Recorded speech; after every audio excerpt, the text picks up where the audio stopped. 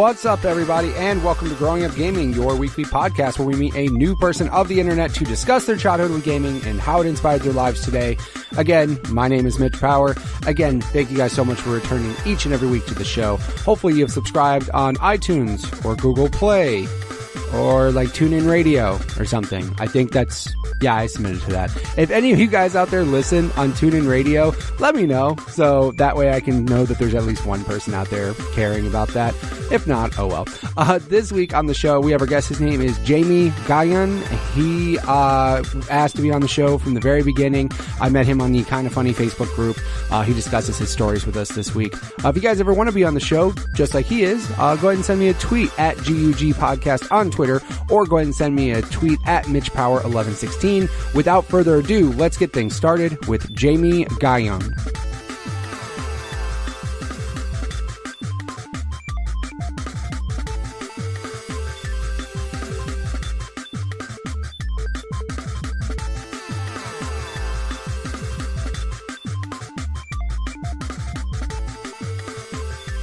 What got you started in gaming? Do you remember, was it a friend? Was it seeing it at a store, at a kiosk? What was it that got you started? I got started in gaming through my dad. Now, I have never asked him about this, but we had an Atari 2600 in our house.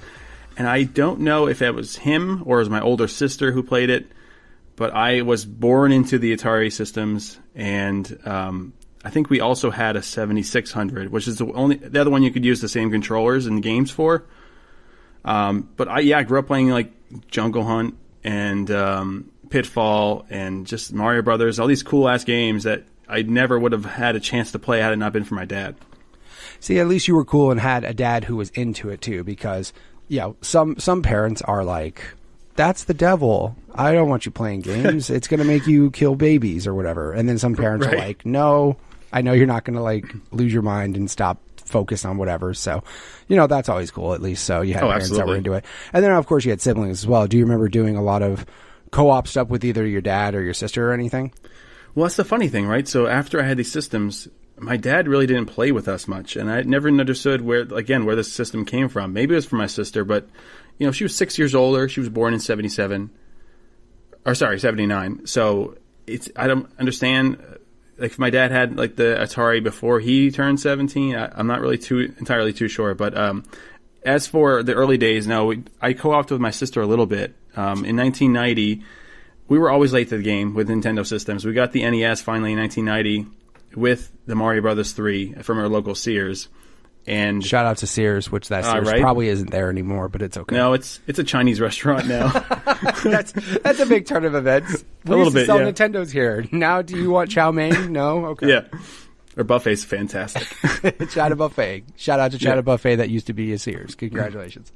But no, so we brought that home, and my sister, the great thing about being a kid playing games is that you have this ability to just, you die, you get better and better, and you may lose that when you get older, but it's just like you maybe have more time in your hands, but you get so good at these games. And she beat Mario Brothers 3, and I got to watch her beat Bowser at the end, and it blew my mind, because all we had at the time before was Atari, and the graphics were just amazing. Because Mario 3, they had, essentially from the Japan release, 7 years to perfect the graphics from the NES. It was just, it was so beautiful. And I remember that to the end of my days, because, and then after that, she kind of got bored with the game and didn't really use the system much, and I kind of inherited it. And from there, I got to play pretty much any game I wanted.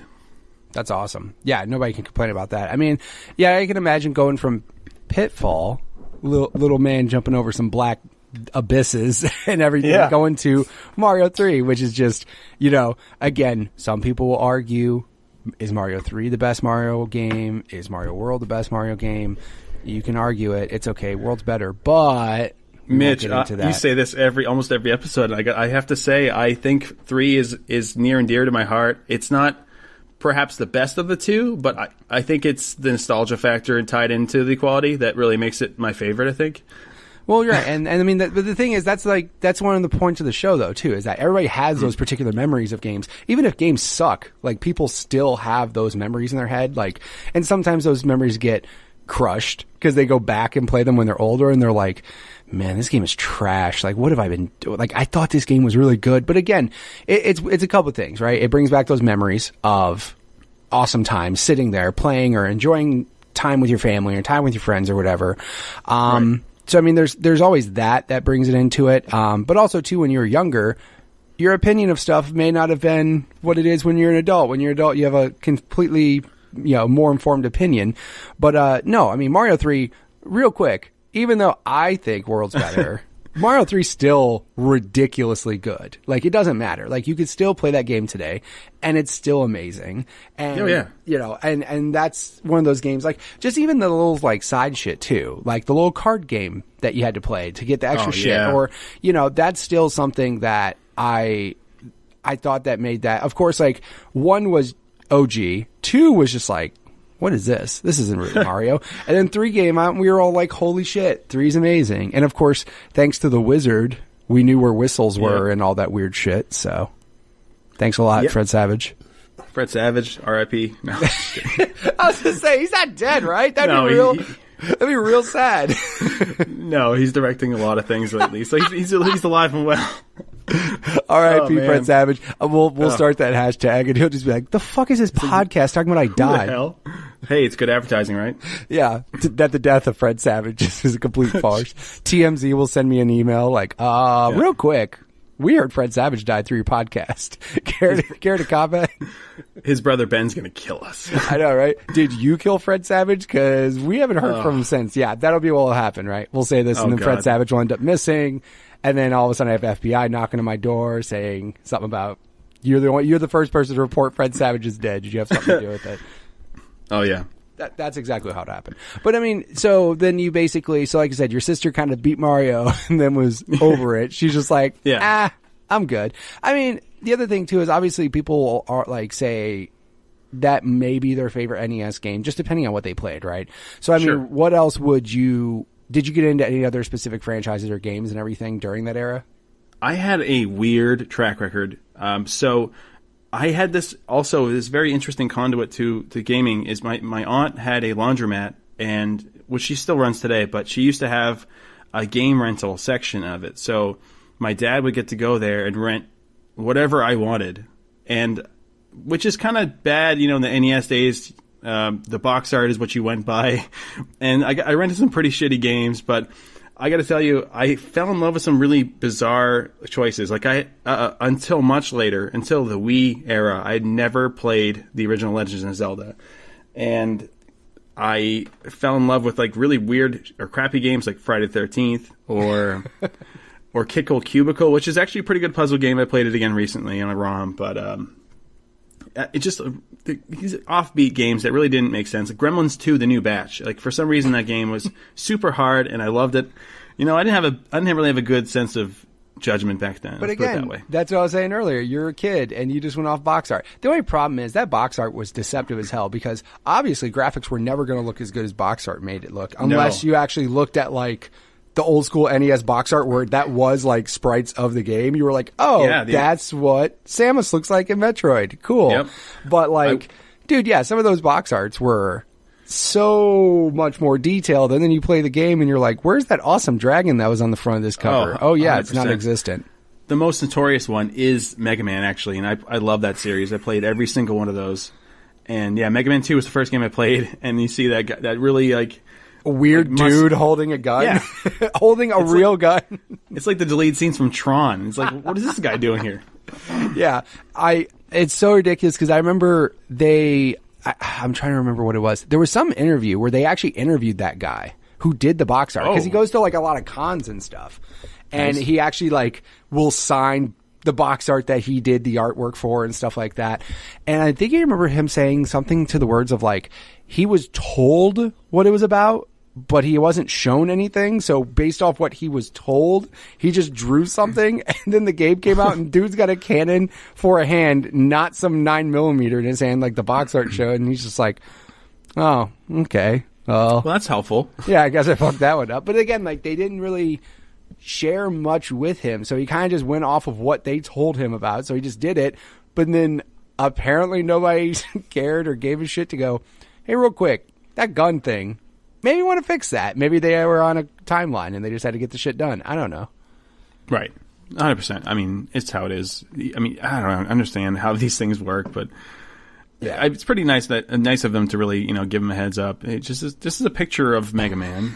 Yeah. That's all you needed. Give him a 2D sketch. Like, give him tell one of the artists to take 5 minutes out of his time, draw some crude ass Mega Man sketch and go, make this look nice. But nah, who wants to do that shit, right? Just tell him, dude's got a gun. He's got maybe some muscles. Figure it out. All right. And by the way, Friday the 13th, shout out to that too. I did play that game, and again, you want it to be good because, again, when you were a kid, like, they were taboo to watch, and you were like, ooh, I'm playing the Friday the 13th game, and then you're like jumping over like zombie looking people throwing rocks and shit, and you're like, dude, what am I doing? And then Jason shows up and scares the piss out of you. Oh man, yeah. And he's purple. I don't know why. Exactly.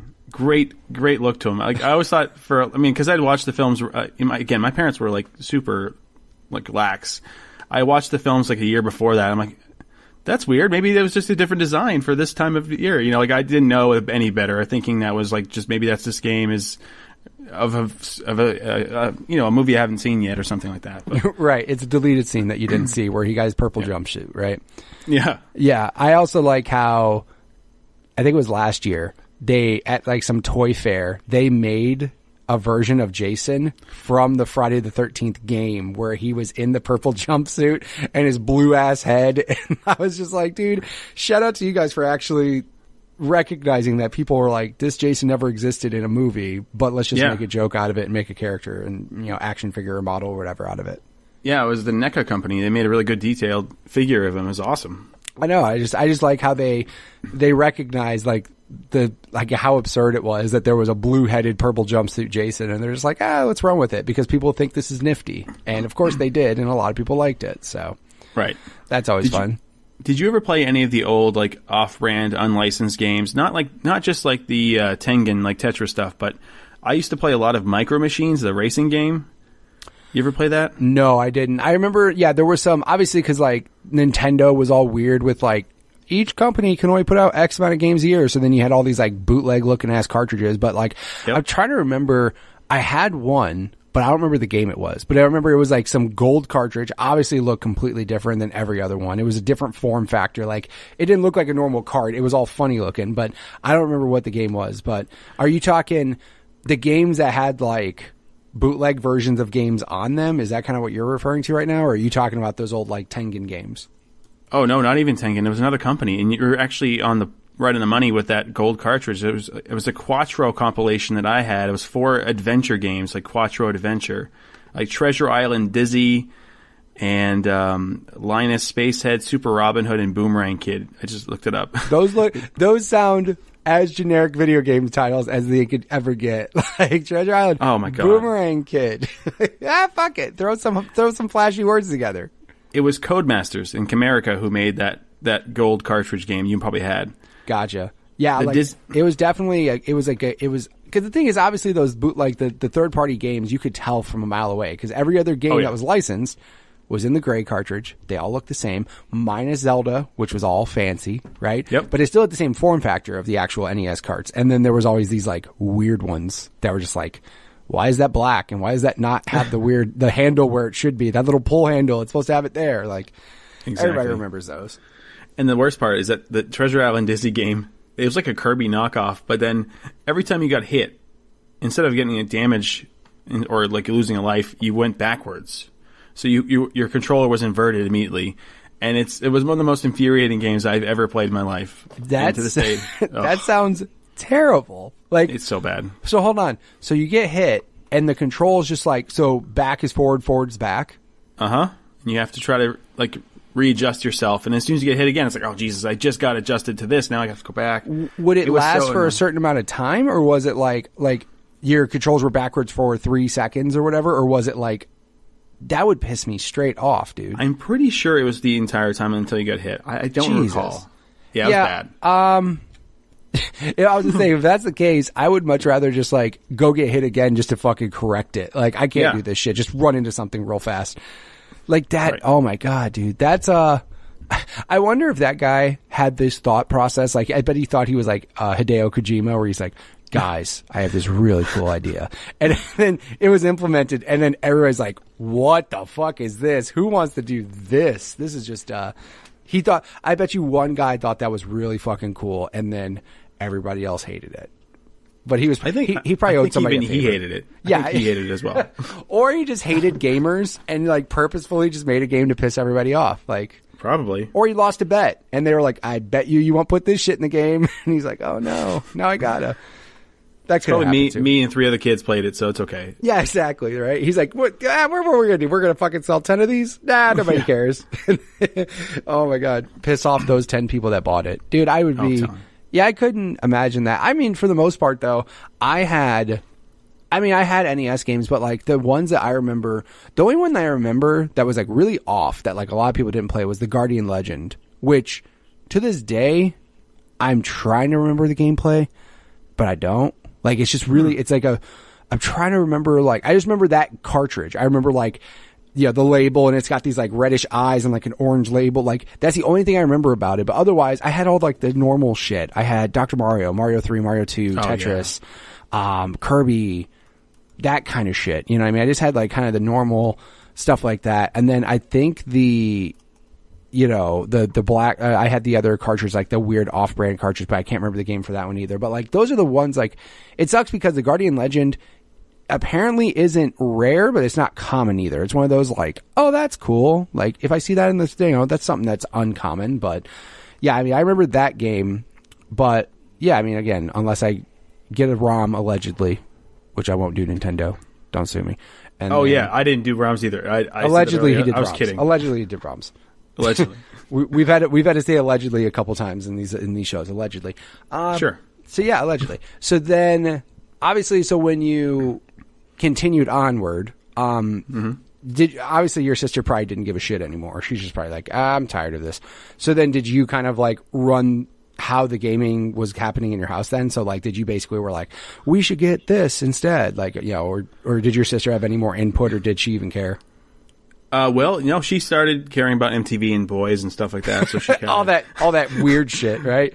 MTV and boys. Ugh. She got me into MTV way earlier than I should have probably watched it, but it was great. I mean, she did that, and I got to play with the system pretty much exclusively, but I kept renting all these new games and returning to the ones I loved. Like every Saturday, we'd go there and rent for like a couple of days. We got away with murder. I don't even know if my dad paid for it. Probably did, but he didn't let us know that. And but we also got to rent eventually the Game Genie. Like I remember specifically, she had like this gray like felt pouch that she would put this Game Genie in with the code book, and it was like a whole new world for me. Like after playing NES for about a year or two, started using this Game Genie, and then I started renting like the Super Nintendo and the Sega Genesis. They had just come out, and man, it took me forever though to get a new system. Like I had the NES for so long that I really like kind of just played every game I possibly could. Apparently not all of them, because I didn't play any of the Castlevanias or Metroid or Zelda for some reason. But, you know, is what it is. At least, I mean, the good thing though, like you said, you kind of had an in with video rent, you know, like renting the games and shit. So you kind of had like a way to rent a bunch of stuff and everything. By the way, for people born after the year 2000, a Game Genie is a device that you would plug into your NES, and you would plug a game into that and plug that whole thing in your system. And there was a thing called a code book. And hopefully made of paper. Yeah, made of paper, not a computer screen on the internet, because back then barely anyone had a fucking computer, let alone the internet wasn't invented for another 7 years or something like that. No, but like, yeah, Game Genie, dude, I remember that as well. Like, the only thing you cared about was Infinite Lives. That's all you gave a shit about. Yeah. You were just like, give me Infinite Lives. That's all how I actually beat Friday the 13th for once. I never beat it before that. Exactly. There was no way to do it. My favorite thing too is like, I remember with Game Genie, because it had that startup screen that was different. And then you would punch in. Yeah, it was all fucking weird. And then you punch in the codes. And then my favorite thing, though, is like how it sometimes broke the game when it's like, how many lives do you have? And it was like a green money sign. You're like, what the fuck does that even mean? Yeah. What does that mean? Does that mean infinite? I hope I put that code in right and didn't just break the game. Like, what does this even mean?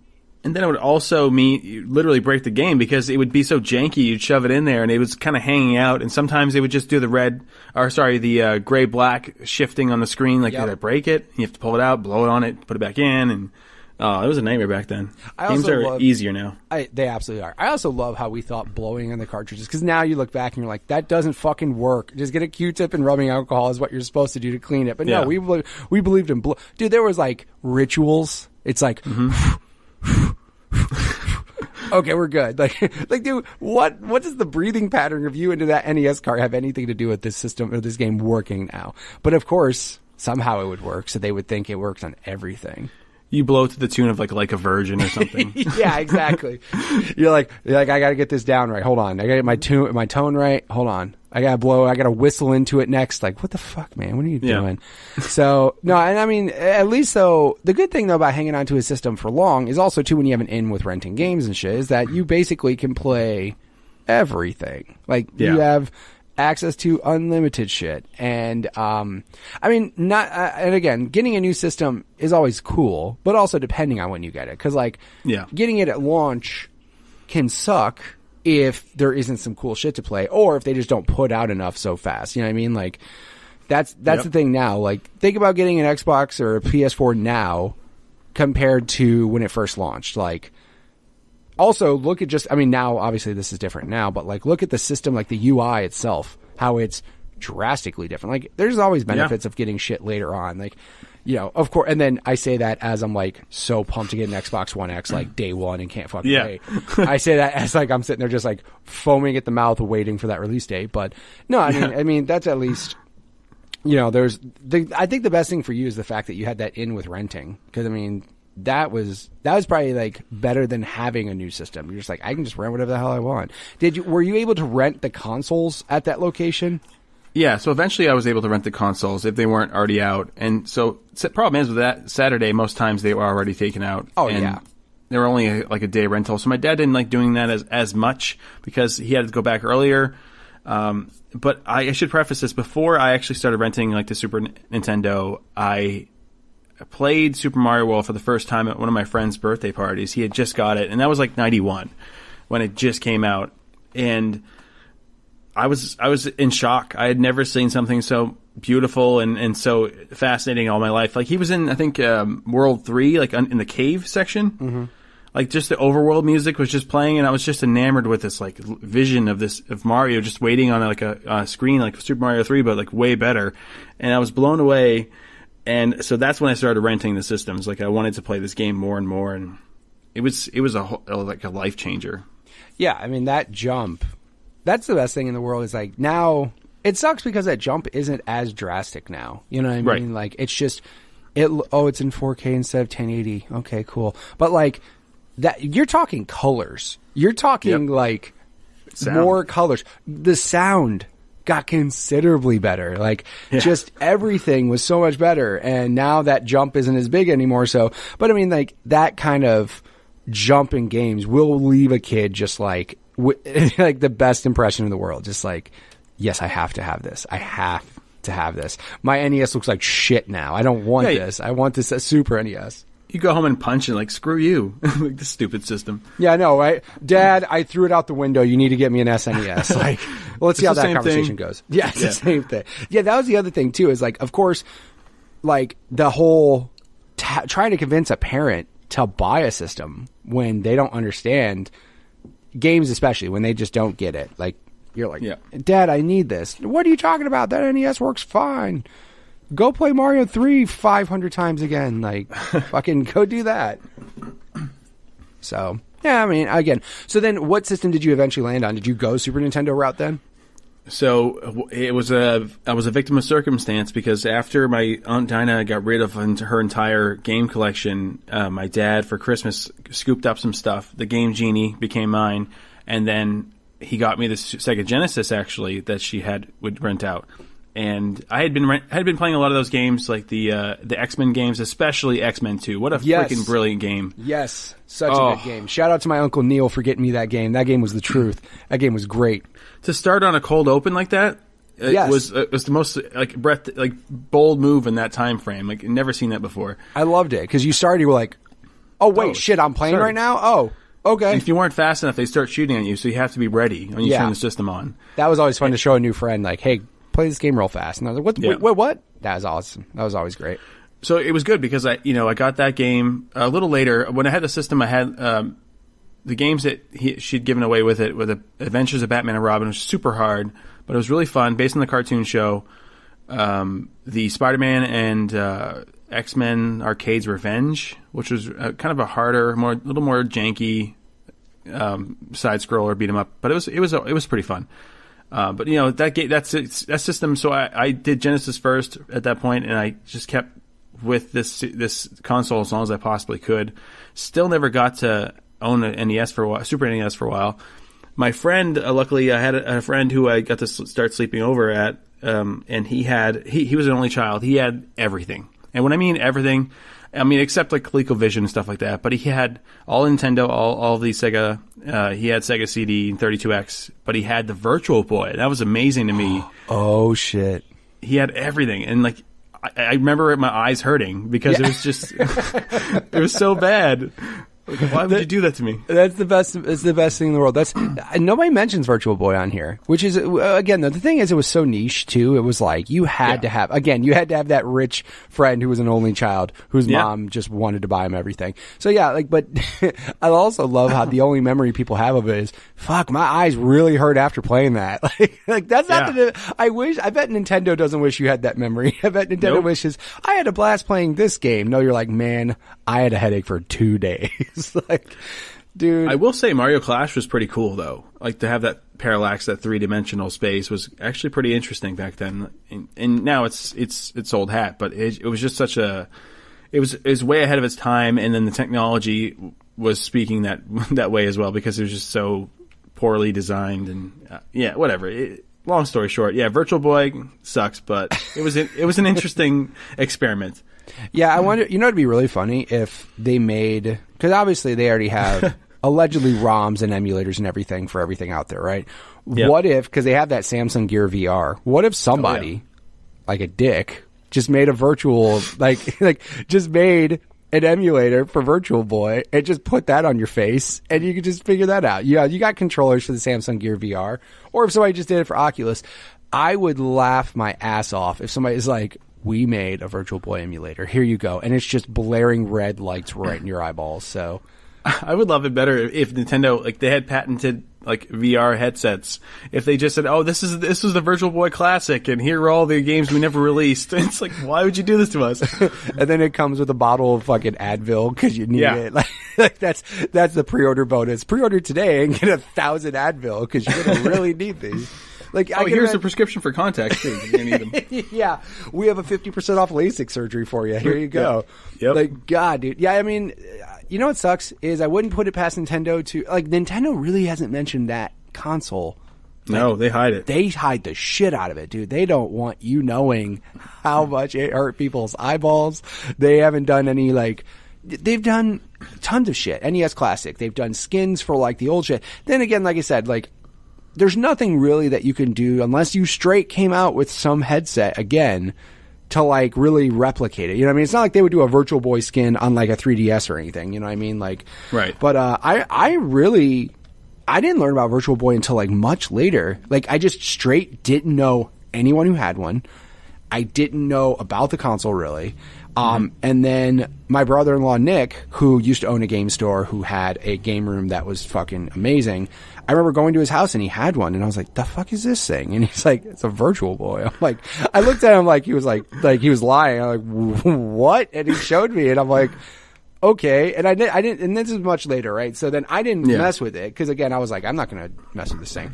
And then I start going online and reading how it just gave everybody massive migraines and eye strain. And I was like, I'm kind of glad I didn't mess with it then. Now, Nick knows you talk about him all the time, right? Yeah, he does. Okay, cool. Yeah, he does. He also gets pissed off for a while there. I couldn't remember the name of Sonic Mania, right? Oh, jeez, yeah. So there was one episode apparently, and he'll listen to this too. I hope he's listening to this shit.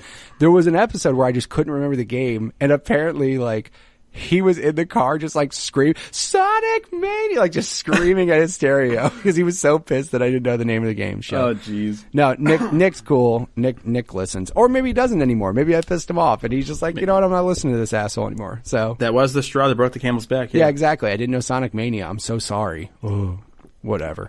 I'm excited to play it someday. Yeah, someday. It looks fun. You know what? That's the type of game that, like, I feel weird playing it on, like, an Xbox or PlayStation. Like, I don't know. There's certain games that you're just like, I get you're coming out on this, but I kind of prefer this instead. Like That's how, even though I'm going to get it for Xbox, Kingdom Hearts.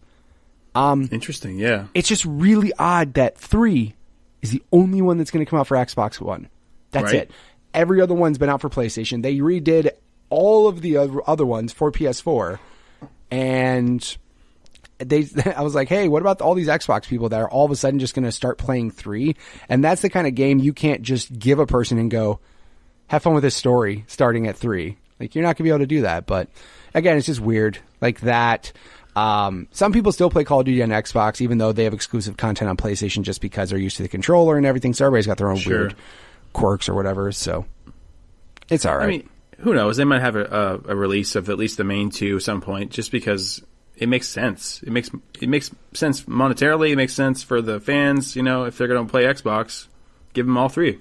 Well, you would also think that for Metal Gear, so because Metal Gear 2 came out for Xbox, and then 3 didn't come out, and then 4 didn't come out, but 5 did. All right. Oh, that's bizarre. Oh, yeah. Oh, no, actually, strike that. Snake Eater did come to 360. Like, it came out with like an HD release, but 4 never did. 4 completely skipped Xbox, like, entirely. I remember that. Right. But, you know, who gives a shit? Konami was like, let's get some money. So Konami doesn't give a damn anymore anyway. Konami can go to hell. You know, straight to hell. So then Super Nintendo, sister didn't give a shit about games anymore. Did you mostly play a lot of games by yourself then? Oh, well, yeah. My brother played a little bit, but no, I mostly played myself. Actually, around that time, I got the Sega Genesis. My parents divorced. And, geez.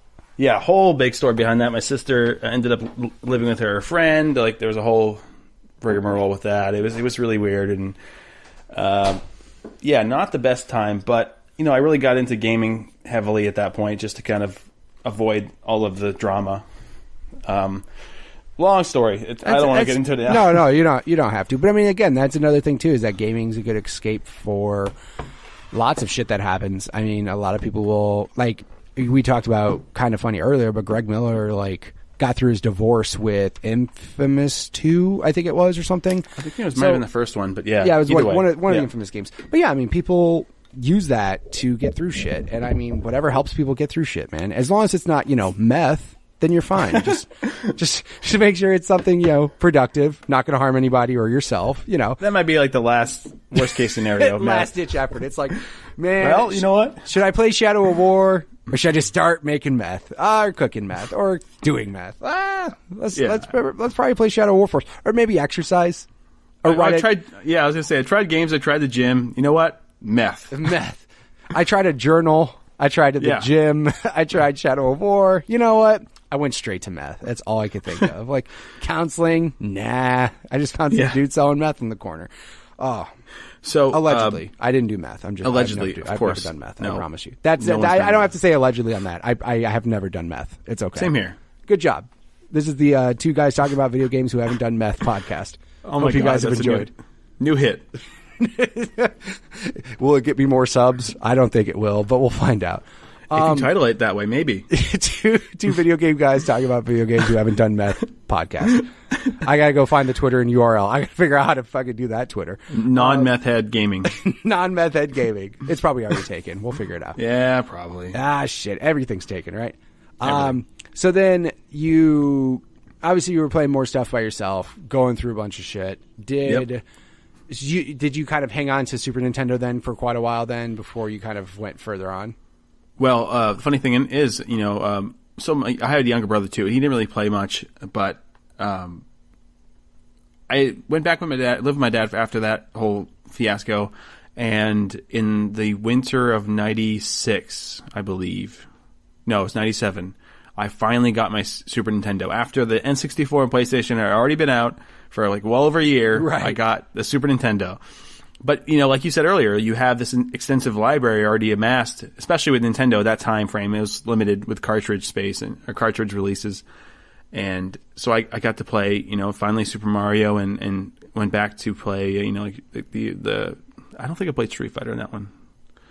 I don't know. I played a lot of games on Super Nintendo anyway. But there was one moment in my life. So in 8th grade, there was we were trying to raise money to go to, it was called Project Augusta. So I'm from Maine, and we lived in northern Maine. So we would go down, it was like this big thing that 8th graders did every year. We go to Augusta, like the state capital, go to Bangor, go to these little areas and learn about the history of Maine and all that junk. But it was a good weekend away. And one of our fundraisers was very similar to kind of like IGN's Extra Life, or I should say Extra Life. That's not IGN's, but they participate. Sure. But it was called a rockathon. So you would do whatever you wanted as long as you were rocking in your rocking chair. And you're supposed to, I know, it's such like a weird, like old lady fundraiser. That sounds very, very, old lady / Northeast something. That's like a tradition that's happened for 200 years or something. 100%. So the good thing is we're in our elementary school gym, and we all gather around these TVs, and you could read, you could knit, whatever you wanted to do. It's really sell the old lady theme. You can go ahead and knit, crochet. Make yourself a scarf for your loved one. Yeah. But everybody, had the PlayStation. There's a lot of rich kids out there, for some reason, doctors' kids and stuff like that. They had a PlayStation or they had an N64 and they're playing. I brought my TV and my Super Nintendo, and my goal for that night, stay up all night and playing games, that's what we were doing, is to determine or try to uncover all 100% of Super Mario World. At the time, I thought it was a percentage. And then, of course, you realize it's only 96. But I started a new file, and I was determined. I was looking through every crevice, like looking through every single possible offshoot to try to find that extra 4%, because I could never find it before, and realized quickly that it wasn't. But as the night went on, we'd forget to stop rocking sometimes because we're so enthralled with the games. But everybody started gathering around my TV. Like, for some reason, the old Super Nintendo, Super Mario World, was getting people excited. Like, I told people what I was doing. And of course, we didn't have the internet back then, really, so no one could look it up saying, oh, there's nothing more than 96, but it was like a quest, and we were all in it together, and everybody just kept gathering around my thing and watching me play and cheering when there was one level on the bridge where you kill Yoshi to get under the right. goalpost. Yeah, you had to sacrifice him to get there. Yeah, people lost their freaking minds. It was so cool. It was such a cool moment. It was like an end of a movie. Like I was in a sports team and I was winning. I don't know. It was bizarre, but it was great. That's awesome. Yeah, I mean, like I said, with stuff like that, I wonder, because obviously that you had a bunch of people running. Did anybody ever give you shit for stop rocking? Did that one prick go, ooh? Well, we had a couple teachers walking around you got to keep rocking. Oh yeah, so after a while, I think we were all set. But it was just really funny. Yeah, we had this teachers walking around like they were guards at a penitentiary, keep walking. It's I don't know. It was great. It sucks because that's what some parents think teachers are, just guards at a jail. Because you send your kid there for 8 hours a day and just watch my kid so he doesn't kill himself. Okay, yeah, that's basically dude. That's really cool though, because again, by that time too, 8th grade. So it was probably it. Because you're the same age I am, right? You were born in 85, right? Yeah, 85, yep. Right. So 8th grade for you was what? No. I always started, 98? It worked for me because I always started the grade of that year. So first grade was 91. I started fall of 91. Oh, well, shit. That's real easy for you. Yeah, That's super easy for you. I could do the same thing and just do the year before, I guess, because I was born in 86. So I could just do the year before. Okay. Whatever. But no, that's really cool. Because, again, it's those types of things that stick with you, not what Jimmy said in social studies in 8th grade, right? Who gives a shit about that? That's really cool, though. So then did you end up getting to do what you needed to do to go to do the things you needed to do? How big of a statement? Oh, yeah. To go on your trip and everything, did you end up getting money and stuff for that? Yeah. That's cool. It was kind of like a group effort. We all raised money for a certain level, and it was a lot of money, but when we had every kid in school bugging their parents and uncles and aunts for money, it was pretty easy to do.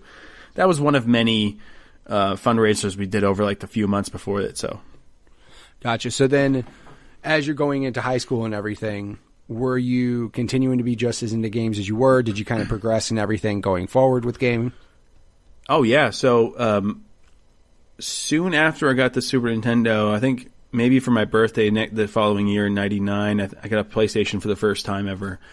And, man, that changed the... Like I said, it was always like NES, the Super Nintendo, or Nintendo stuff was last, and I got everything else first. So Genesis, and then I got PlayStation, and I fell in love with like the more obscure games. For some reason, like Vigilante 8 was one of my favorite freaking games ever.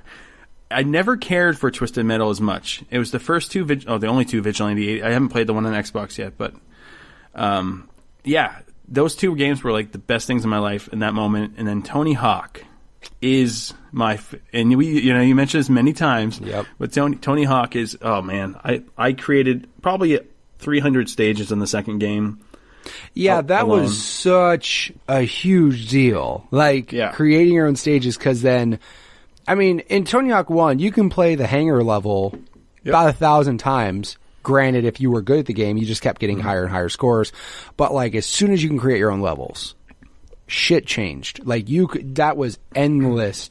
Like just you couldn't run out of shit to do. Like there was no. And I mean, they just got more and more crazy with it. But like you couldn't stop doing shit. Like it was ridiculous. So like speaking of the car games, I played Twisted Metal at a buddy's house, but I never owned one. The one game that I played is called Rogue Trip, which is another like car combat game that wasn't as known. But me and my buddies played the shit out of it. And, yeah, dude, Rogue Trip, I remember it being like a purple disc, and it was a really weird fucking game, but it was fun. Like, we played the hell out of it. And, yeah, I mean, again, like, as soon as you said Vigilante 8 in like non-Twisted Metal car destruction games, boom, popped right in my head. I was like, I remember that shit. But yeah, like, I mean, the other, like, PS1 also had those types of games, though, too, where... Because everybody was making games because they were so cheap to make compared to, like, cartridge games. So, like, you would get those occasional weird, like, what the fuck is this game? Like, what am I doing? But, you know, who cares? It was fun. Like, dude, back then you would play... But also, too, again, options weren't so plentiful. It's not like you were your friend who was an only child whose mom bought him everything. Like, Mom, I want this. No. Like, you got a game and you were like, I hope this shit's good. And if it was good, you were super psyched. Like, you were super happy about it, so... Well, what's good is this. It was around this era where they started really advertising a lot on these games on TV. I watched probably 30 to 40 hours a week of TV at the time. It was bad. That's healthy, right?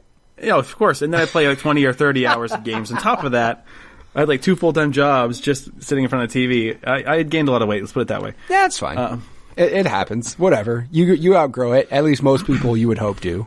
Like, as long as you outgrow it, you're fine. You can fucking do whatever you want when you're a kid. Who cares? Right. But I mean, as this was going on, my friend still had the N64 and everything else, so I got to play a lot of N64 too, and I started getting that itch, like, to get another Nintendo system. But it wasn't until when I used to watch a lot of wrestling, so I did play a lot of SmackDown. Yep, I'll tell you that. But it wasn't until I saw the commercial for Super Smash Brothers that I never felt so alive. And you and me. Yep, of course. And they're dude, of course, and they were like the furry variety of all the mascots. Like, right. You know what I mean? Like, they were, dude, I remember that too. And it's funny because I remember the commercial. I remember the game existing. I had a 64. I got, like, later on, though, I got the Donkey Kong bundle, the green console, like Donkey Kong 64. Nice. So that's when I ended up getting it. Never played the original Smash. I actually didn't play Smash until Melee and, like, fell in love with it then. But then I tried to go back to the first one and I'm like, yeah, I can't do this. Like, Melee's so good. And obviously it's still good. We'll get back to Melee in a second. Yes. For sure. But so as I saw the commercial, I finally gathered enough money and begged my parents for the rest. I got the N64 in 1999, like spring of 99. It was the Pod Racer bundle. Yes. Which I didn't... it's weird to look back on. Like, they had a bundle for Pod Racer, but I guess it was anticipation of May '99 for the release of the movie. Of course. And I liked Pod Racer a lot. Actually, it was a pretty competent racer, and it definitely had like an F-Zero vibe where it was a very fast paced gameplay. Which even I mean, N64. I think the F-Zero X had a pretty good speed too. But I bought that and Smash, and I played Smash incessantly. I like poured over everything, trying to unlock everything. There wasn't a lot to unlock in the first one, but it was crazy. I couldn't believe that kind of game was because I've always been a fan of crossovers, and I don't know if you remember this. You probably do because you're at the right age. There was a video in 1991 or 2. It was like a anti-drug video called "Cartoon All-Stars to the Rescue," and it was like Michelangelo from the Turtles cartoon, Alf, like Kermit the Frog, and like all these other like characters that were in cartoons at the time or were famous at the time, all together to try to tell this kid to stop or to not do drugs. It's insane. You can probably find it on YouTube. But I don't remember it, but that sounds like the most 90s thing I've ever heard in my life. Oh, it's so the 90s.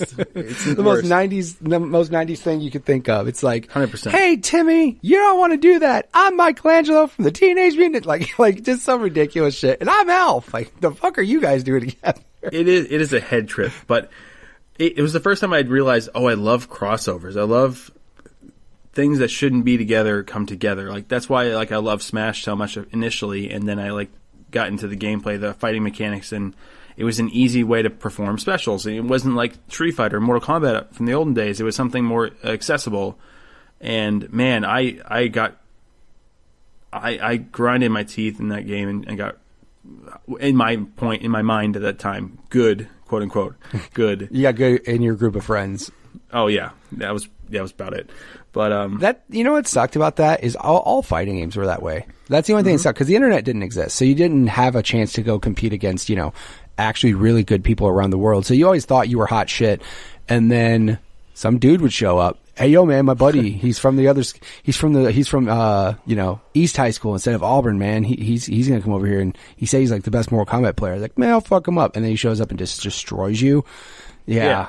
That's the thing. It's so demoralizing. That's the thing. Why would you have to get better at the game when you're better than your friends? Exactly. There's no. That was the thing. Is like, and that's what sucks because it almost ruined fighting games for me. Because then I'm like, man, I'm gonna go online, and then I get just fucking handled, and I'm like, never mind, I'm good. But Smash, like you said, though, Smash was like. It sucks because I've said this 100 times, I work at Game Crazy. Game Crazy? Of course. Nintendo, though, for summers, Nintendo used to sponsor tournaments at Game Crazy. So, they would actually have, a Mario Kart tournament where they would send Mario Kart swag and shit like that. They had a Smash tournament. They had all these things. The Smash tournament was always the biggest one. Always. Always. Fucking 75 people show up on a Saturday morning. You're like, holy shit. The only thing that bummed me out is Smash was...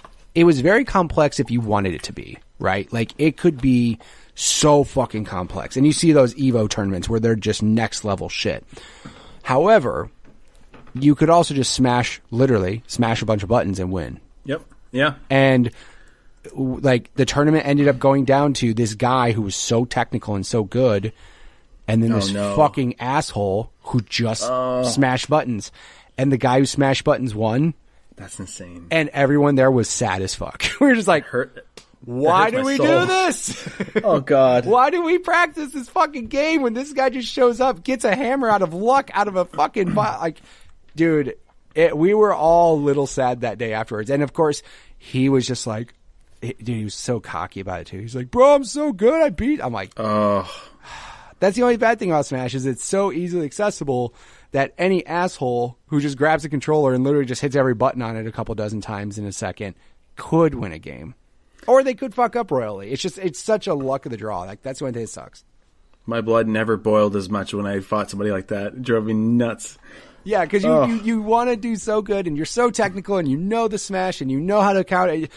And then some dude just fucking gets a box, gets a hammer, hits you, and you go flying and you're like, well... Mm-hmm. All that training meant nothing right now because I just got beat by some guy who doesn't know how to even do a charge attack. He just fucking hits A over and over. You know what I mean? It's like, right. It's really sad. But and you know what else too? Real quick, Pod Racer, not a bad game. I think people just lump their hate for how bad Episode 1 was. And just throw it into all things Episode 1. Like, Pod Racer wasn't bad. Like, I played it. I enjoyed it. I didn't think it was life-changing, but it was a good game. But everybody was just way too hyped for Episode 1, and then And also too, it's funny. Go on YouTube, look up video reactions of people coming out of the theater on opening night for episode 1 because they're like, it's the greatest thing in the world. It's the best movie ever. And I bet you like 6 months later, those fucking people are like, dude, I look like an asshole on TV right now. They're in denial. They're in denial. They just wanted it to be good. And again, that was also when everybody went and saw movies in the theaters 5 or 6 times. And then I bet you fifth or sixth time, they're like, wait, that movie's not good.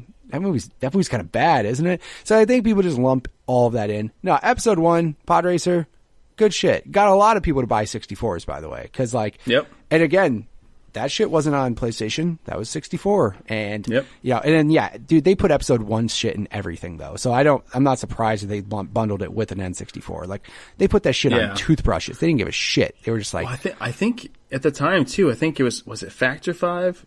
Yeah. They did the Star Wars games. They put one of the newer ships from the new movie into one of the older titles. Right. I heard about it recently. It was on NBC recently. Well, probably like 8 months ago. But yeah, it was interesting. Yeah, they had the Rogue Squadron games, and it was weird because like it depended on the system you had, right? So like example, obviously all the Square RPGs just completely went PlayStation. Like they gave no fuck about 64. But then like all of the good Star Wars games were on 64. So it was like PlayStation didn't have, they had that like Masters of whatever fucking RPGs.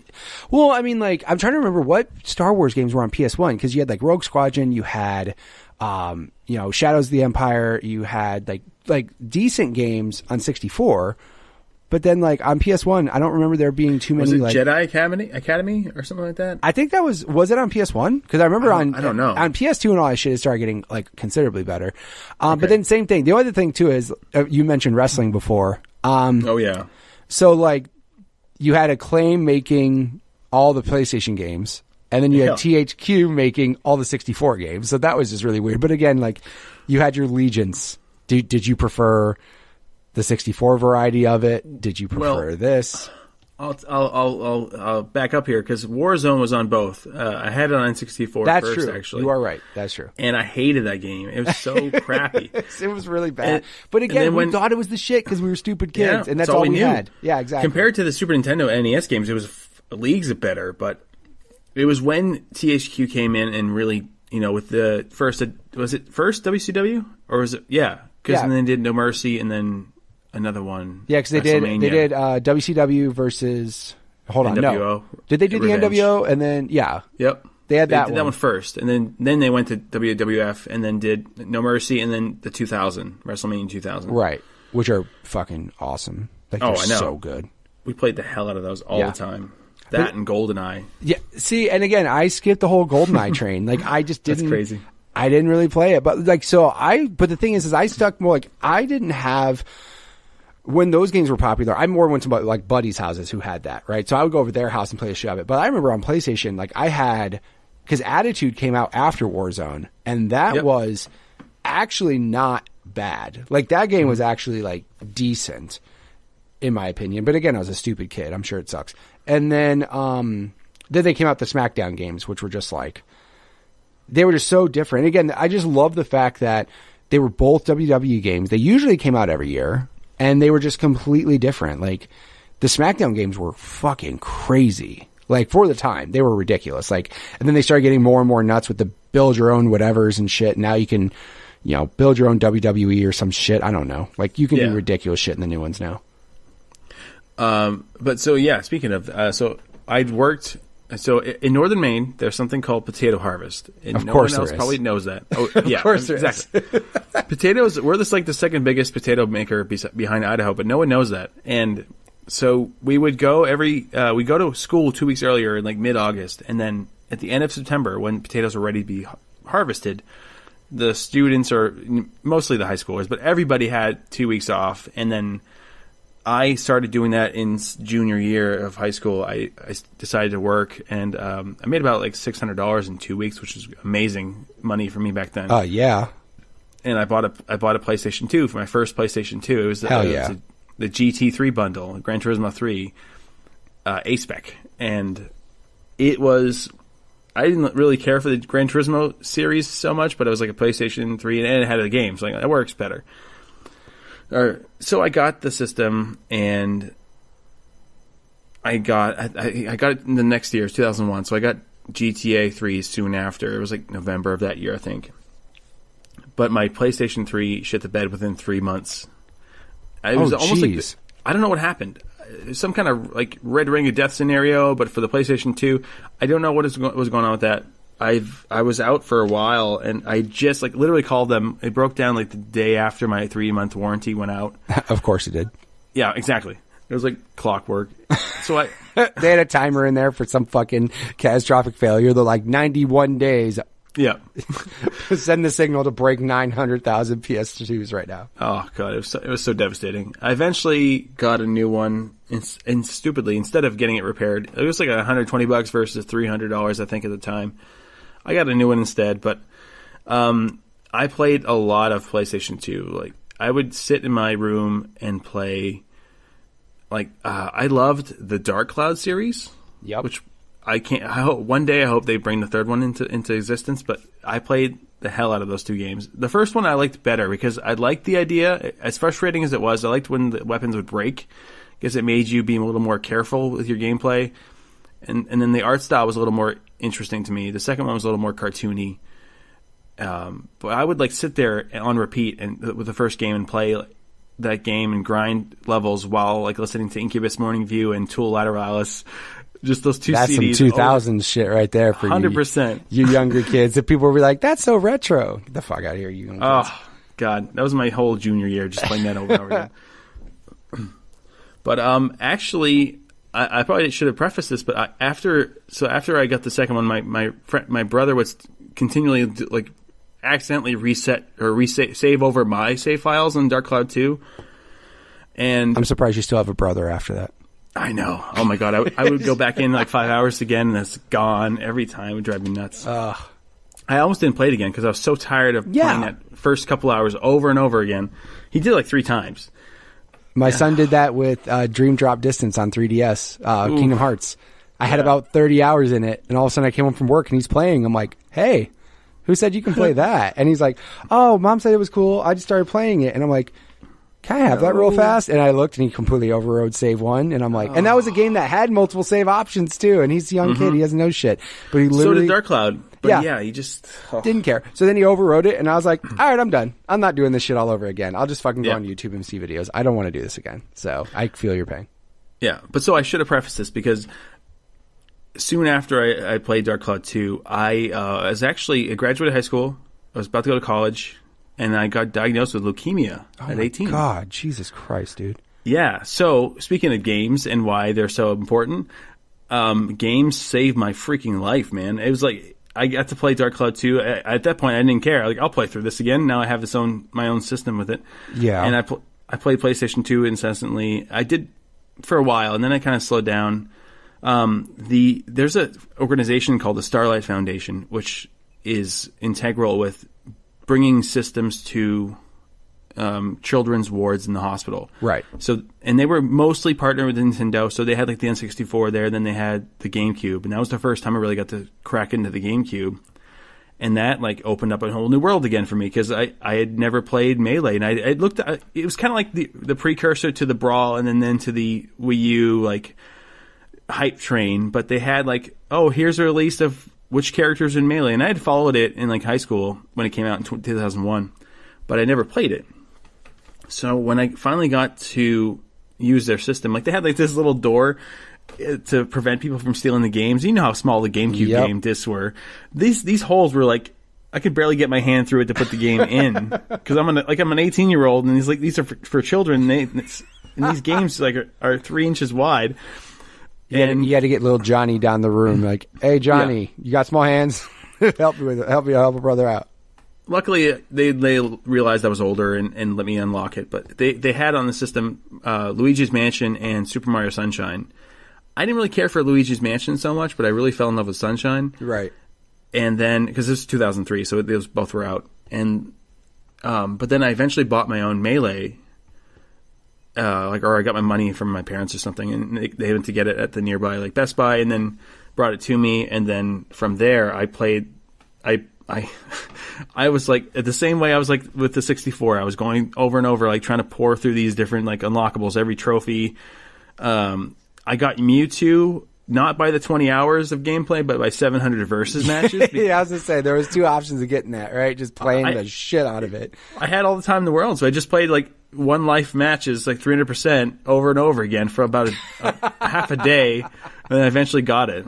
Right, that's a quick way to do it. I want to say I did the same thing for the DS version. I can't remember what it was, but I think I did the same thing, either that or the Wii U version. I remember I was like, looked online, how do I unlock this? Okay, fucking one life, just boom, boom, game, like game, yeah, just every time, yeah. And again, you just become numb to the point where you can do it in your sleep, basically. But whatever, who gives a shit? I got my character. You should be happy. Exactly. And I never got like super good at the game at that point, but I did get amazing at Mario Kart Double Dash because I got a GameCube for Christmas that year because I went in August and I was there. Off and on for about 6.5 months with treatment and chemo and all that stuff. And then, Christmas I got the GameCube and I got a DVD player from my dad's boss. And I played... It was weird because I watched so much TV that TV died for me. And gaming almost died for me because I mentioned earlier, I'd watched so much TV and played so many hours of games, but at this point, that's all I had. Right. So I couldn't go outside and just play whenever I wanted or do whatever. And so for a while, I was like tired of TV. I played a lot more games. And then after I got out, I played more games. Like I got like Custom Robo and 1080 Avalanche, which I love 1080 and 64. I've always said, if they would come back and make like a extreme sports game with 1080, Excite Bike, and Wave Race, and like that way all of those franchises are brought back in some way. But they're also just like in this compilation package. That'd be the best way to go. Yeah, that would be a good way to go because, I mean, that basically brings back everything. Because they tried to Excite Truck with the Wii, and everybody's like, get the fuck out of here. Nobody wants that. I love that game. Hey, again, it was what we had when the Wii came out. Because, again, it was slim pickings at first. That shit was... Dude, I remember the Wii, like, you had Zelda, which was amazing. Yep. I don't give a shit if people don't like Twilight Princess. Shut up. We had it. It was fun. And then you had Excite Truck. And then, like, 6 months later, WarioWare came out. So for that time, if you beat Zelda, you were like, well, we'll play Excite Truck. And then you had to, like, do some weird shit with the controller to spin the truck in a 360 motion. I was like, this is all right. But Excite Bike was, just bring that shit back. And Wave Race and 1080. Right. I also forgot about 1080 because I kept thinking like there was 1080, but then PS2 or PS1 and everything had cool borders. So that was their equivalent of 1080 and everything. Even though cool borders was one that was odd because it sucked between different games. Like 2 was so good. Then they tried something with 3 and that shit sucked. And then 4 was okay. And like, yeah, whatever. But it's funny you say that because I didn't really play those much. I didn't like them as much. I played a lot of the other like Tony Hawk spin-offs, like Matt Hoffman's Pro Snowboarder. And then, hold on. Matt Hoffman's Pro BMX. Yes. And then, Sean Palmer's Snowboarder. Yeah. Those are great. And those soundtracks really got me, like that and 1080. Like, that was the first time I ever heard of Seether's other songs besides Fine Again at that point. And then I heard of, oh my God, what's her name? Boy Sets Fire. And it was like, all these bands, like, I'd never heard of. Like, that was the great thing about those games, like Tony Hawk and everything. And, like, even Grind Session on PlayStation 1 gave me these songs I never heard before. And, like, opened up my ears to a whole new world. Yeah, so Tony Hawk, I think it's 3, had Like the Angel by Rise Against. And I remember I was like, this song is incredible. And I looked up the band, found out they were from Chicago, where I used to live in Rockford. They were like an hour and a half away. They played the skate park that I used to go to all the time. And they became my favorite band. Like, I love them so much. And thank you, Tony Hawk 3, because Like the Angel was awesome. But yeah, no, like that, the soundtrack wise, just Public Enemy with Anthrax, like Bring the Noise. Like, just here we go now. And like, it was so, just the soundtracks of games. And then eventually, like, that still continued on, but now it sucks because I don't feel games have that as much anymore. Like, EA used to be, like, after Tony Hawk, like, kind of sort of died out. EA became that like company that would have fucking awesome songs in Madden, awesome songs in NHL. In FIFA too. FIFA. My roommate played them all the time, and I would hear some great songs from that. Burnout 3 is one of my favorite soundtracks for video games. Burnout 3 soundtrack is so fucking good. It's full of like bands that I like open my eyes to certain bands and I'm like, this is awesome. And now like they don't tend to do it as much. Like even Madden had some good songs and shit. Like this, it sucks because now I don't feel, besides like games like Rock Band and stuff now, like there's not games that really have like a plethora of licensed music just because now it's such a nightmare. If you want to do back compat, if you want to re-release it on digital, if you want to do like, there's all these things that like licensed music holds up. Like Alan Wake had to get pulled from the store because of a licensed song in the game that they couldn't renew. So insane. Like, thanks all these digital rights media, whatever, like that's been causing problems. So now more and more people don't even want to put licensed games in or licensed music in games for that type of reason. Like I'm sure Skate 3 probably took forever to get put on back compat because of all the songs that are in there. Thank you for doing that though, because Skate 3 is amazing. Everyone go buy that game. It's wonderful. Another game, good soundtrack. Like again, like, but again, skateboarding and like those types of games always had really good soundtracks and everything. So, but yeah, go ahead. So you eventually got Melee and you got your own thing. Yep. And after that, I played a lot of like Pikmin series, Custom Robo, Beautiful Joe, Metroid Prime. Those were like really integral for me. We played a lot of Mario Party, like the 4, 5, and 6. Yep. And Pokemon Coliseum. Like that, at that time, I was renting a house after I got out of the hospital, and we had like this renaissance of gameplay, and I really got back into games. After the GameCube, though, I was kind of faltering. I was kind of almost out of it, and then I heard about the Revolution. Or, if it came to Wii. And no, seriously, I was super obsessed with this idea because in my mind, like, this meant a new Smash. And then when they revealed the trailer with Snake, I blew my freaking mind. Yeah. I almost said something else. It was just, I was incessant about every morning I would wake up. I moved down at that point to like the middle of the state, Bangor, like where Stephen King's from. And I would wake up 2 hours early before work every day, like Monday to Friday, to see what they posted on that website, like this Brawl website. And it was insane. I'd never been so feverish for something in my life. And were you sad when it came out, though?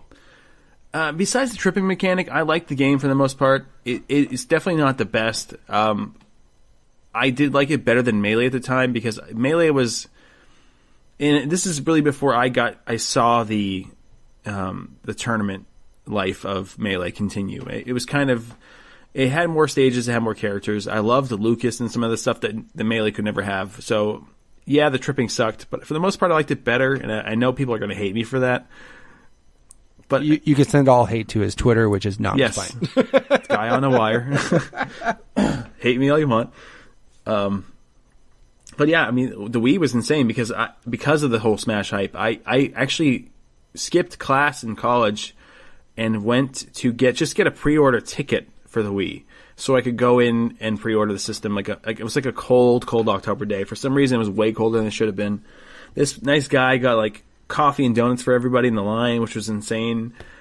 And because I went to the first game, we had 2 GameStops in our town. I went to the first GameStop, and that one was full. And like, well, we should try the other one. There's the one in Stillwater. I'm like, all right, I'll try. And then there was like 7 people there, and I was the 8th one, and I was the last one that got a ticket. And, well, at least you got one. Priority. Skipping college to get a Wii pre-order. Had to do that. There was a mother behind me, and screw her. I'm sorry. Fuck you and your son who doesn't get a Wii for Christmas. Bitch, get out of here. It's like that story you told about that the GameStop, calling the GameStop trying to get a system. It's like, my son's dad died, or, No, dude, yeah, like that. Ugh. Yeah. Real quick, though, I only held that console for that lady because of the money you made. She seriously bought everything. I know. She came in, bought. She had only one kid, but bought 3 more controllers and bought the battery packs for all of them and bought every fucking launch game, bought warranties, so I was like, yeah, lady, of course I am. Then I later find out her husband was fucking murdered. I'm like, oh my God, I'm so sorry. One day Jimmy will have more than one kid, one friend. Yeah, exactly. I'm like, good Lord. No, real quick though, she didn't tell me her husband died, and that's why I held it. I found out later her husband died, and I felt awful. But no, yeah, like, I mean, Yeah, whatever, lady. You snooze, you lose. At least you weren't one of those dudes that, like, you didn't turn around, though, and just like, ha. Oh, God, no. Okay, I felt terrible, but I was like, should I give her the ticket? I'm like, no, I'm not. Yeah. Thank you. Have a good day. Bye. See you. But it was great because the launch day, I went to pick it up. Everybody else was losing their minds for the Wii, and I just got one. I actually had traded in enough games, which I regret now, of course, enough games in my old GameCube to get the Wii and Twilight Princess for free. Nice. And because it was like the GameStop was doing like trade 3 and get some % more, kind of deal. Of course, right. And at the time, my roommate already had a 360, and we played a lot of Geometry Wars, Dead Rising, and Guitar Hero 2. But when the Wii came into play, that apartment was all about Wii Sports. Like, I know it's so kitschy now. You think back on it, but everybody played that damn game, and it was like such a party game. I didn't drink at the time, but everybody was like getting wasted playing Wii Sports bowling all day. It was crazy. Yeah, I mean, like it was basically the best tech demo ever created. Like 100%. It is. It's sold. You know what pisses me off though? It's the best selling game of all time. It is. Because it was only attached with every fucking console that came for the Wii. I was like, can we have a caveat on that bitch? Like, can we please have a caveat? Like, also came with every Wii console sold for the entire lifetime of the cycle. Like, can we please like put a caveat there? If Babe Ruth like should have a caveat in his, like, whatever. No, it's so. It sucks because, I mean, it's like, yeah, it sold the most. But again, like, it sold consoles. Grandma came over and saw tennis and lost her shit. And a 7-year-old lady would go and buy everything for the Wii that day. So it was like, it was crazy. I mean, at least you got one launched because I was one of those pricks that was calling everybody every 5 seconds. Hey, yo, y'all got a Wii? No? Thanks, no. Bye. Have a good day. Yeah. Dude, yeah, those are. But you know what, though? I know those assholes because I used to answer those phone calls. So it's okay. I knew how to be polite about it. I wasn't like, y'all suck. No, I was just like, y'all got a Wii? No? Okay, thank you very much. I appreciate you checking. Have a good day. Bye. It was simultaneously very cool and very, very frustrating because I got the Wii. It was the first time I ever had a system launch day. And then, I did get in Psych Truck, which the custom soundtracks was really cool, speaking of soundtracks. Right. I thought I had a great time with that game. I tried like Elebits, I know it was mentioned before. And then it was kind of like, oh, that's it. Yeah. I didn't play. I started Twilight Princess, I didn't finish it at the time, and WarioWare Smooth Moves came out like in January of that year. Yep. And then Wii Play, and now Wii Play sucks, but it's awful. But again, it came with controllers, so that's why it's on the fucking again, caveat on that one too. But I will say, the Targets game's okay, and then the Tank game had a lot more depth than anybody understood. I played the Tank game for so long. Like, the cow racing crap I didn't care about that, but that Tank game was really fun. Right. And maybe it was just me trying to find, pick up something that I could play at that point. But again, that's the problem is, like, depending on when a game comes out, you'll play garbage because that's what you have. You have to justify your purchase. You have to make sure you don't look stupid for what you bought, and that's why, you'll buy and play anything on it. But yeah, I mean, some of those games, you get bummed out at first, but then of course, a year later, everything awesome comes out back to back to back to back to back to back, and you're happy to have it. So, again, it always happens. Like, give it a year and awesome shit will come out because people have either been developing for it for some time or know what the thing does and finally start producing some kick-ass stuff. Like, always launches, it's really hard to have a solid launch. Let me rephrase that. It's not hard to have a solid launch. It's hard to maintain a solid launch. Like, you could have amazing games when they first came out. Okay, look at the Switch. Mm-hmm. Zelda came out. Everybody fucking loved that. Mario came out. Mario Kart, I should say. And then Splatoon. Well, ARMS sold them over 1 million, which is bizarre. Again, no. It's not bizarre. You know why? Because everybody had a fucking Switch, beat Zelda, had nothing else to play. So they were like, oh, we'll give this Nintendo franchise a shot. Dude, I guarantee you, if ARMS 2 comes out, no one's going to give a shit about that game. Everybody just bought that game because it came out 3 months after the system came out. It could be a competent game. It could be a decent game. But I bet you if ARMS 2 comes out, it's not going to move as many units just because there's so much other shit that's going to be out that people would rather play than ARMS 2. Or people think it's great because it's called Legs. Yes, that's the sequel, Legs. And then, like ZZ Top's Legs plays incessantly over the top of it. And then a secret character is Hitmonlee. That's what they do. Oh my god, it'd be great. Nintendo just gave you a free idea. You know what it is? It was a crossover. That's why you got so excited. I said Hitmonlee, you're like, holy shit, Pokemon and Legs. All about it. As long as they spell legs with a Z at the end, that's what you have to do. No. That's why I would stop buying it.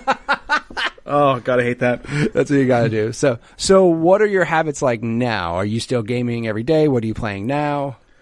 It's weird because after the Wii, I got the Wii U and I had a DS and 3DS, and the Wii U was just, it was at that point in time I was working towards, as I stopped going to school for a while after the Wii came out, and worked a really crappy full-time job, and I had to pay some hospital bills off, obviously. Of course. And then I got to the point where I had to kind of limit it myself because I would buy games and not play them. And Yes. I would open them, get really excited for them, play them for like half an hour, and then put them away and then forget about them. And like, why did I buy a $50 game when I'm not going to ever play it? Exactly.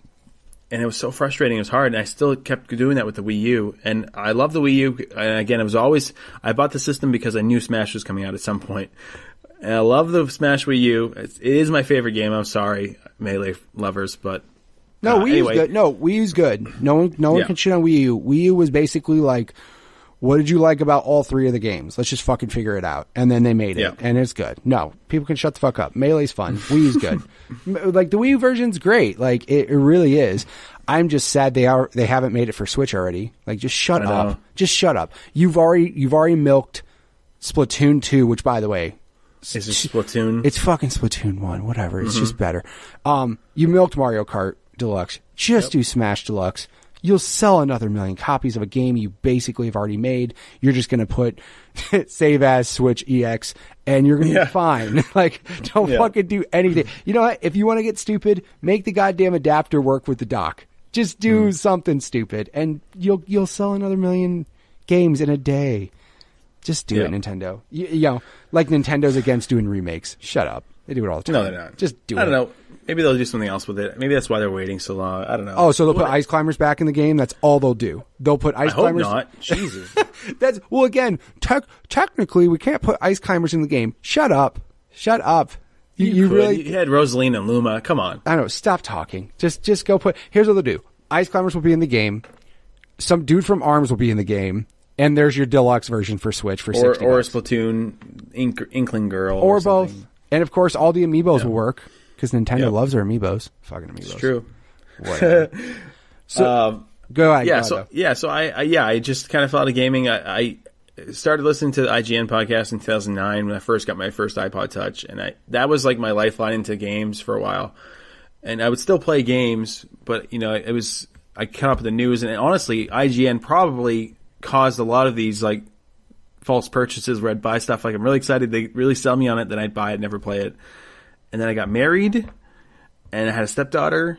I played a lot of Super Mario U with, and I got really mad at. And I feel terrible about that because you know how that game is. You jump on somebody's head, and you kill them. It's like, oh God, why are you only 8 years old? Why can't I yell at you? Damn it, be better at games. Back in my day when I was 8, God damn it, I was so much better. No, he didn't. He could have gone that route, but no, like, married and kids. I understand completely. No, like, it changes. You would, a lot. But then I got divorced, and oh fuck, okay, yeah. Long story short, it didn't. A lot of things happened, and I was always going to move out west to work in film anyway, and I didn't know how to work that. And I graduated. Finally, came back to school in 2010. Graduated in 2014, and I had a couple of years where I was kind of in the dumps in Maine, and I decided to move out west. And last year, I moved out to Los Angeles, and I've been here since. And because I live out here, it's expensive as hell. I don't get to buy a lot of games lately. It's mostly relegated to old 3DS stuff, and then my iPhone. Unfortunately, I know you talked about the tactile, no buttons, because I feel the same damn way. Fucking awful. Oh, I hate it so much. Awful. At least now they have like more options with controllers and stuff. But like, sure. Again, if the game supports that shit, then it works well. So, but dude, I mean, good for you. I mean, doing what you want to do. Here's one thing I found, right? And I actually said it in a recent podcast. Allegedly, there was a time where I burned a bunch of 360 games, and I had access to every game I wanted. Like, allegedly, any fucking game I wanted, allegedly. And the thing is like, it sucked because when you had access to everything, you'd play it, but then like there wasn't that connection, there wasn't that like excitement for it because it didn't fucking matter. Like, I could play anything I wanted. So like, in your head, you'd be like, oh, I have access to everything. But then you didn't want to play anything. It was very weird. Like, I would play something and I'd be like, oh, that's all right. Or if it sucked, I didn't care. But like, when I started buying games more, and now, like, again, time is more the harder thing. I can buy every game I want if I want to. But why? Why would I buy a game for it to stay sealed because I don't have the fucking time to do it? So now I'm so much more selective with my games, and doing that I have such more reward to playing the games. Like, I just got Shadow of War. Game is fucking amazing because I knew I would get that game and not the 13 other games that came out around the same time. Like, I was focused on that one game. And, you know, when I play it now, I just value that time so much. And, you know, I just feel it's better. Like, it's cool to have access to all the games you want, but then if you play it for a half hour and don't go back, I just like, I'd rather not do that. I'd rather get one game, focus on that. That's why, like, I know people who like buy everything during the holiday season. And I get that you want to do that and that's cool, but how the fuck are you going to play Assassin's Creed, Wolfenstein, Mario all in the same day they come out? You're going to buy all three of those day one.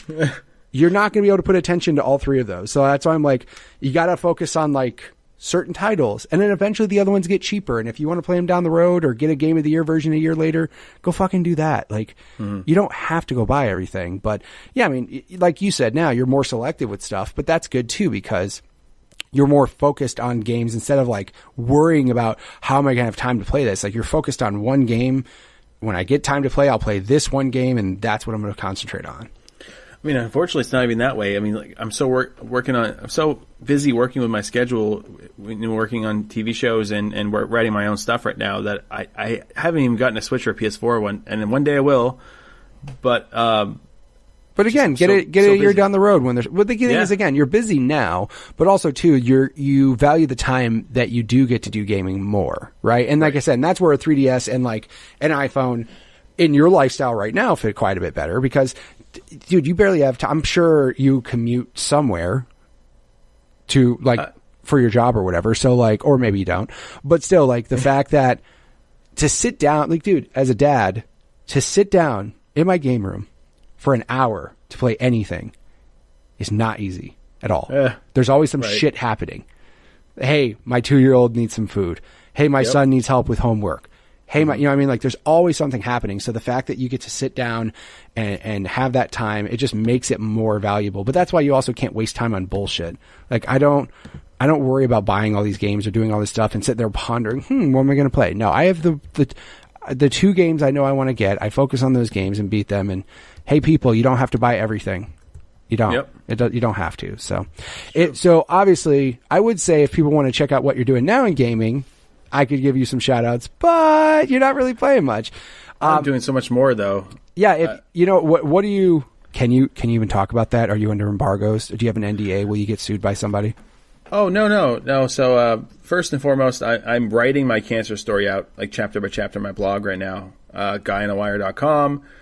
I have a movies podcast called Not Quite Hollywood, a YouTube channel called We Need Movies. It's all on the blog, on the website. And I worked on American Horror Story, and now I'm trying to work more Days in Legion and other shows like that. I can talk about what I'm working on, just not details of the story. Of course, because FX will sue you, like, for $1 billion or something ridiculous. More than I have. Yeah, more than I care to give up. Right? Exactly. $3. That's more than I care to give up. Shit, FX wants $10 from me. Fuck. Oh, God, I'm gonna cry. How am I gonna eat? Yeah. Well, again, dude, thank you so much for being on the show. Thank you for sharing your stories. I really do appreciate you wanting to be on and everything. So, again, thank you so much. It's been a pleasure. I've been waiting to be on for a while, so I'm really excited. I love the show. All right. Again, thank you, Jamie, for being on the show. Again, if you guys want to check out any of the stuff he's doing, you can go to guyonawire.com. That is his website where he is basically promoting everything, writing out his story. He has his own podcast, Not Quite Hollywood, and We Need Movies on YouTube. So go ahead, take a look at all that. I'll also have everything in the show notes for you guys as well. Again, if you guys want to be on the show and share your stories just like he did, go ahead and send me a tweet at GUG Podcast on Twitter, or go ahead and send me a tweet personally at MitchPower1116. Again, thank you guys so much for returning each and every week. Hit the subscribe button on iTunes and on Google Play. Share it with a friend. Review it. if you can do any of those things, that'd be cool. If not, I get it. As long as you guys enjoy the show, that's all that matters too. Again, and I will catch you guys next week. See ya.